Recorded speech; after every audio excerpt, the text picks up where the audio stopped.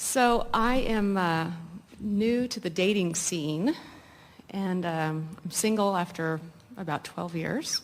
And I would like to know Abraham's take on dating and how to date Abraham style.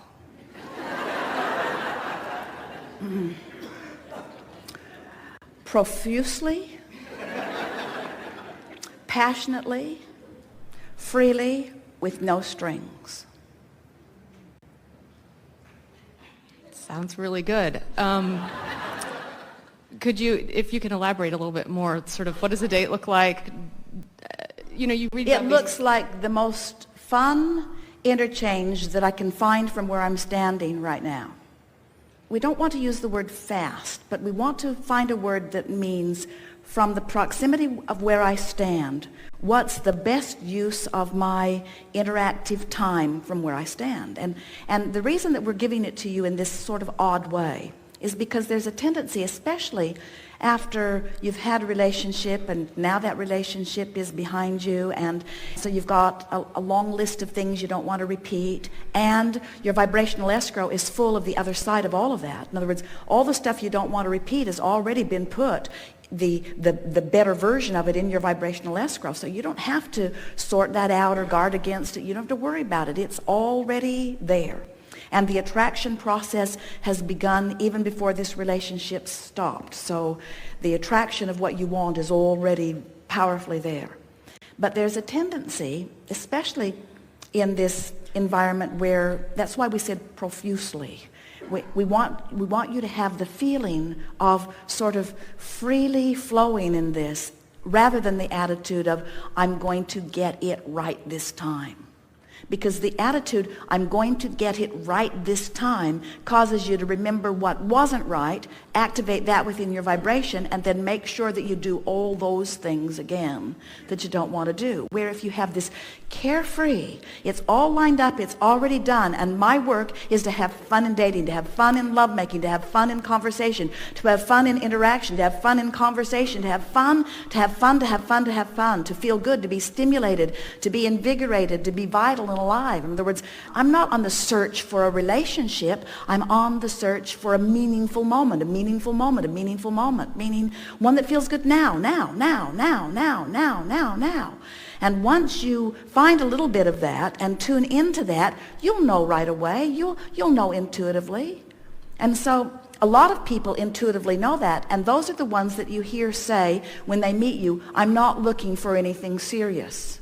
And most people, especially women, really don't want to hear that. I'm not looking for anything serious. If someone says that to you, we want you to say and mean it, then you're exactly what I'm looking for. That's exactly what I'm looking for.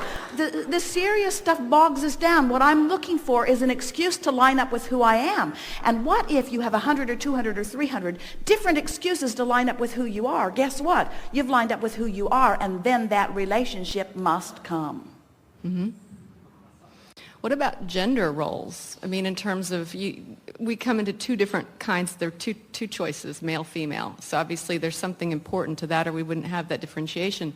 Does gender play something in courtship? Where does that fall in? Well, it's for the most part learned behavior. In other words, you are all source energy. And from our perspective, we cannot feel a vibrational difference between male and female. There is no vibrational difference. So if you're tuning to who you really are vibrationally, law of attraction will sort all of that out.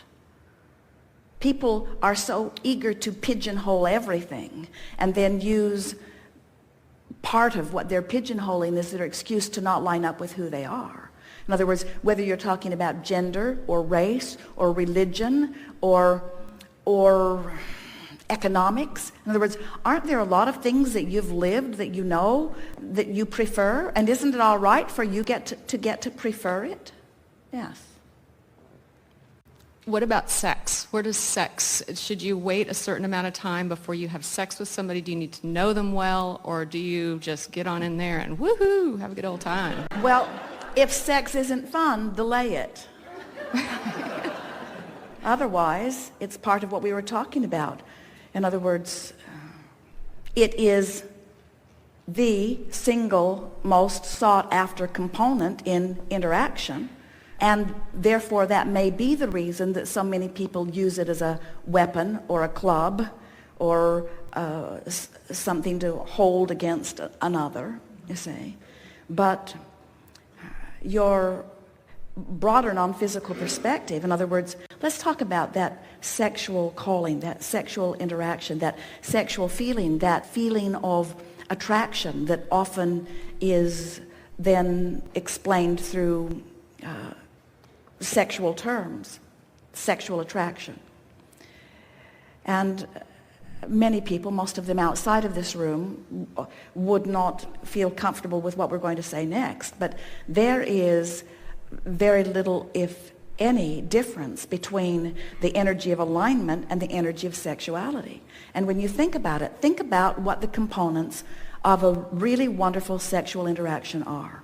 So, two people coming together for co-creation, and by that we're not talking about procreation, we're talking about co-creation, sharing a moment where common intentions are focused upon in an attitude of distraction so that there is a cessation of resistance, makes for an orgasmic explosion of alignment. And we want to say, while everything that is an orgasm is not alignment, an orgasm in alignment, it just does not get any better than that.